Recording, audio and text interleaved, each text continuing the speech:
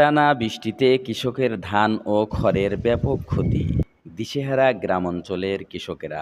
সাম্প্রতিক টানা কয়েকদিনের থেমে থেমে বৃষ্টিতে দেশের বিভিন্ন অঞ্চল ও গ্রামীণ এলাকার কৃষকদের বিপদের শেষ নেই। বৃষ্টির কারণে কৃষকের শত শত মণ ধান ও খড় নষ্ট হয়ে গেছে। অনেক কৃষক পড়েছেন চরম বিপাকে।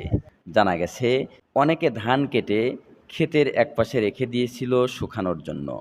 কিন্তু তার কিছুক্ষণ পর থেকেই শুরু হয় বৃষ্টি। দিনের পর দিন থেমে থেমে বৃষ্টির কারণে সেই ধান জমিতে ছড়িয়ে পড়ে এবং অনেক ক্ষেতেই ধান চারা গজিয়ে যায়। এতে ধানের মান ও উৎপাদন দুইটাতেই ক্ষতিগ্রস্ত হয় ব্যাপক। আজ সকাল থেকে আকাশ কিছুটা পরিষ্কার হলে কৃষক ও কিষানীরা নষ্ট হওয়া ধান ও খড় বাঁচাতে আবারও মাঠে নেমে পড়েছেন।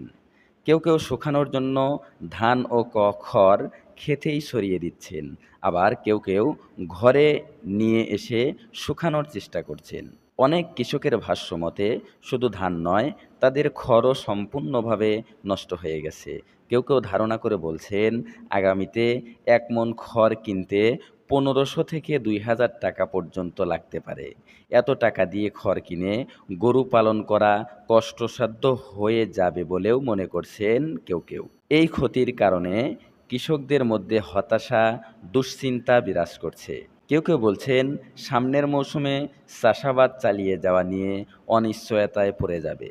এই দুর্দশার চিত্র আমাদের মনে করিয়ে দেয়, আবহাওয়ার হঠাৎ রূপ পরিবর্তনে সবচেয়ে বেশি ভোগান্তিতে পড়ে দেশের কৃষক সমাজ। তারা যেন শুধুই প্রাকৃতিক দুর্যোগের সাথে লড়াই করে টিকে আছেন। নাজমুল হাসান, বাংলা বার্তা টিভি, শাহজাদপুর, সিরাজগঞ্জ।